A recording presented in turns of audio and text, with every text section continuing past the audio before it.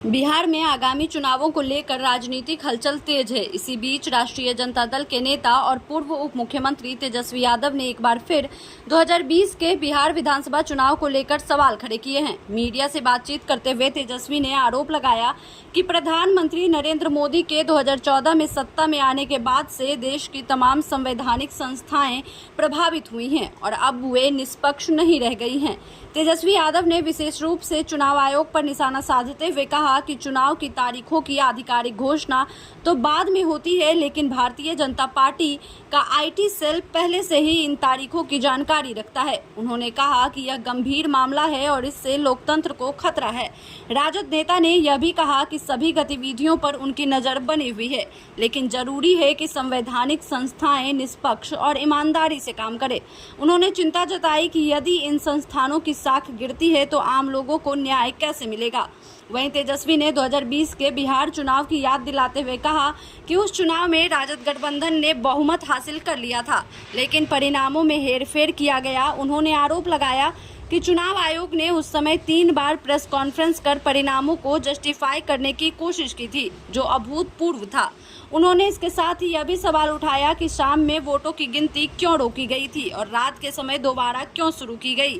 तेजस्वी का दावा है कि कई ऐसे उम्मीदवार जो जीत चुके थे उन्होंने मामूली अंतर से हारने वाला घोषित कर दिया गया। कुछ उम्मीदवारों को 12 या 15 वोटों के अंतर से हराया गया, जबकि पहले उनकी जीत की घोषणा हो चुकी थी। उन्होंने कहा कि यह सब अपडेट के नाम पर किया गया। तेजस्वी ने अधिकारियों से अपील की कि वे किसी भी दबाव या बहकावे में न आएं और लोकतंत्र की रक्षा करें। आप इस खबर को किस प्रकार देखते हैं, हमें कमेंट कर जरूर बताएं और ऐसे ही पॉलिटिकल अपडेट्स के लिए देखते रहें किलांचल टाइम्स।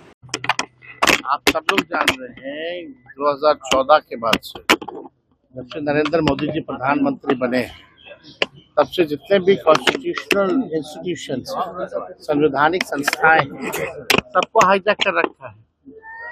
चुनाव आयोग इलेक्शन की घोषणा करता है चुनाव की तारीखों का, उससे पहले बीजेपी की आईटी सेल को पता होता है कि चुनाव कब होना है। तो ये बात तो है, लेकिन इन सब पे हम लोगों की नजरें हैं।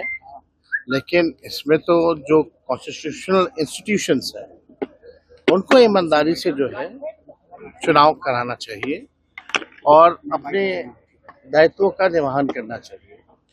अगर कॉन्स्टिट्यूशनल इंस्टीट्यूशन अगर बर्बाद हो जाएगा तो लोगों को जस्टिस और न्याय कहाँ मिलेगा। तो ये बड़ी बात है, कोई भी अधिकारी किसी भी इन्फ्लुएंस में ना आए, ये होना चाहिए। पिछले बार जो 20 का जो चुनाव हुआ था, हम लोग तो सरकार बना लिए। पहली बार उस समय इलेक्शन कमीशन ने 3 बार प्रेस कॉन्फ्रेंस करके जस्टिफाई किया।